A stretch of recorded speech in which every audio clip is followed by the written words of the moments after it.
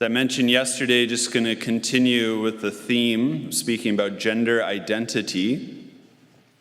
On Sunday, I was driving back to Corpus Christi, and I remember seeing a beautiful rainbow after the sun broke out, and I was wondering whether the rainbow ended at Corpus Christi. It looked like it was going to, and it's like, oh, is there, maybe the pot of gold is at Corpus Christi. And I just want to provide that image of like a rainbow and a pot of gold. Christopher West, he speaks about this. He says, the sign for the LGBTQ plus movement is the rainbow. We know that. And interestingly enough, the rainbow that they have is 6 colors, whereas the natural rainbow is 7. And in Scripture, 6 is a sign of incompleteness, a sign of longing for completion. Whereas 7 is a sign of perfection. It's a sign of completion and wholeness. And something that's so important when we think about dialoguing in this area is a sense of compassion.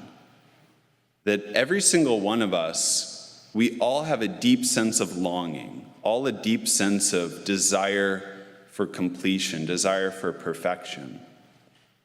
We are all searching for that pot of gold. And at the heart of the gender identity challenge, I would say, and I might be corrected, but I would say every person, they're deeply searching for their identity. They're deeply searching to know who they really are. Like they're all in search of that pot of gold. And we see that, like Facebook in 2014, they added 56 gender options, and now it's a free-form field in which you can put in anything you want. And so rather than attack that, just think, okay, people are deeply searching for their true identity. They're longing to know who they are. That's at the heart of this challenge, to deeply know who you are.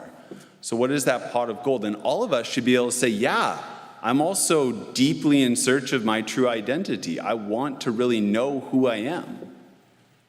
So where do we go to find our identity? Where do we search for that deep awareness of who I actually am? Jesus wants us to go to him. And one of the clearest ways we can know what he wants to say to us is in Scripture.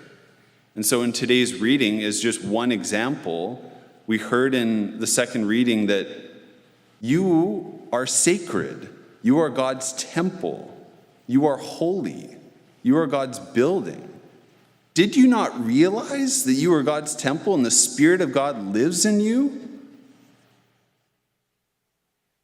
We have this dignity, this value, this worth that no one can take away. By our baptism, we are really temples of the living God. God has a way different vision of our identity and our bodies than we often do. We're often influenced by the culture, and we think, oh, if only I looked a certain way, then I'd be lovable. Oh, if only I achieved a certain thing, then I'd be lovable. Those are all secondary to the fundamental dignity of the human person. And that's what Scripture continually reminds us, that every single one of us primarily are beloved children of God. And out of that, each one of us struggle with something. Whereas so often we want to identify with our struggles. So often someone might say, someone says, I am bi. Now, as I said yesterday, children were being taught this song, I am bisexual. Rather than primarily identify with a sexual orientation, I am a beloved child of God whom struggles with fill in the blank. Every single one of us here can say that. I am a beloved child of God who struggles with fill in the blank. We are all searching for that pot of gold. And Jesus, he's the pot of gold. We need to go to him.